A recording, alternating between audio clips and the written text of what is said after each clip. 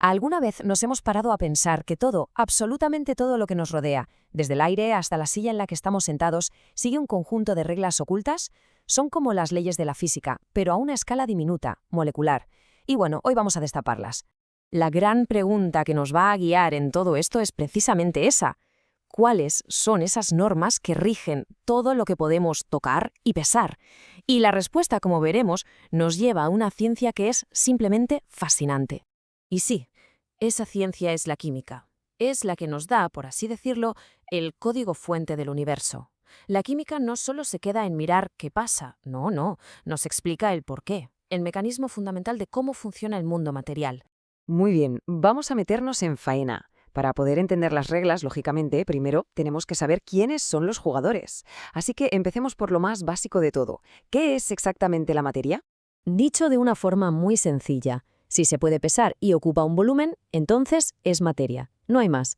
Desde una galaxia entera hasta un mísero grano de arena, todo es materia. Es el qué de todo nuestro universo físico. Vale, ahora, ¿cómo describimos la materia? Pues usamos sus propiedades. Y aquí tenemos la primera gran división que es clave entenderla, la diferencia entre lo físico y lo químico.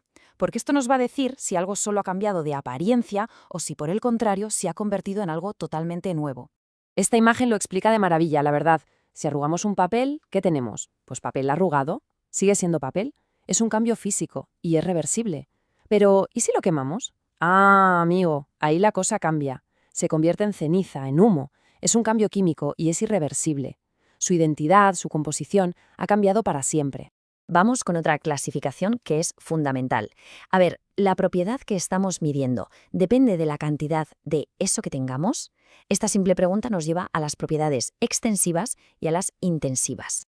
Es que es súper intuitivo si lo pensamos. La masa de un lingote de oro, claro, depende de lo grande que sea. Eso es una propiedad extensiva. Pero su color dorado, su densidad, eso es igual para 1 gramo que para 1 tonelada. Esas son las propiedades intensivas, su huella dactilar, su DNI químico, por así decirlo. Y cómo no, tenemos los estados de la materia: sólido, líquido y gas.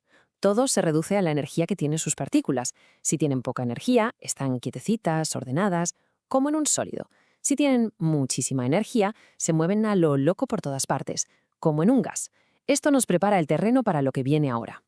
Y ahora sí que sí, llegamos al núcleo de todo este análisis, a las 4 grandes leyes que los pioneros de la química descubrieron y que básicamente transformaron la alquimia en una ciencia de verdad, al revelar las reglas matemáticas que gobiernan cómo se une la materia. La primera, y seguro que la más famosa, es la de Lavoisier. Es probablemente la idea más importante de toda la química. Aquí nada se pierde. En un sistema cerrado, la cantidad total de materia que tienes al principio de una reacción es exactamente la misma que tienes al final.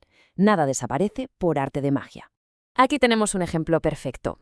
Si juntamos 4 gramos de hidrógeno con 32 gramos de oxígeno, ¿qué obtenemos? Pues ni más ni menos que 36 gramos de agua. La masa de los reactivos es calcada a la masa de los productos. La balanza simplemente no miente. La siguiente es la ley de Proust. La mejor forma de entenderla es pensar en una receta de cocina. Para hacer agua, H2O, siempre, pero siempre, se necesita la misma proporción exacta de hidrógeno y de oxígeno. Si le echas más de uno de los dos, pues simplemente te va a sobrar. La receta de un compuesto es sagrada. Fijaos en lo que demuestra esta diapositiva, que es brutal. Da igual si tienes una muestra pequeña o una muestra grande de óxido de calcio. Cuando divides la masa del calcio entre la del oxígeno, la proporción es siempre 2,51. ¡Siempre! Es una constante de la naturaleza.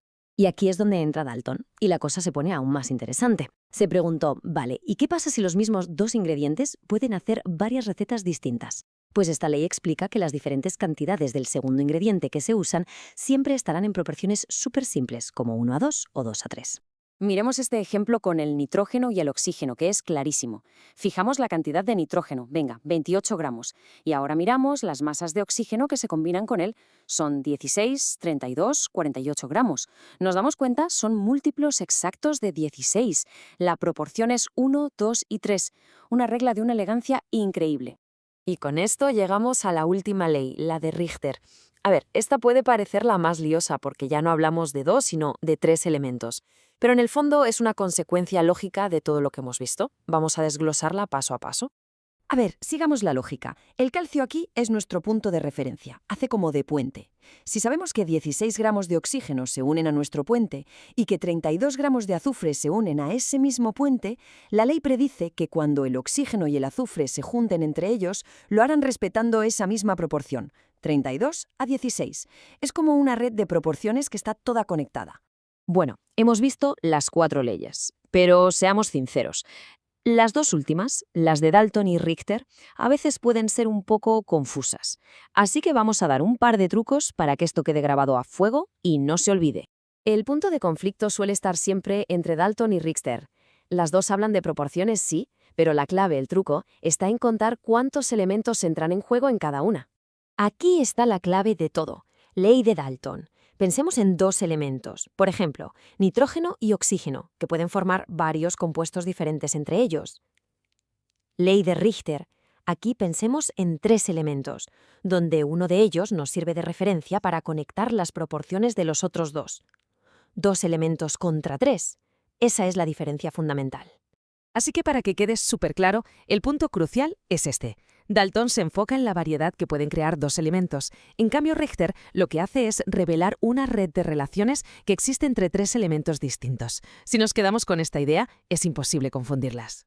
Y con esto hemos desvelado algunas de las reglas más profundas de la materia, desde la simple pero potentísima conservación de la masa hasta esa elegante red de proporciones de Richter. Y esto nos deja con una pregunta en el aire, ¿verdad? De todas estas ideas que al final demuestran que vivimos en un universo ordenado y predecible, ¿cuál nos resulta la más asombrosa?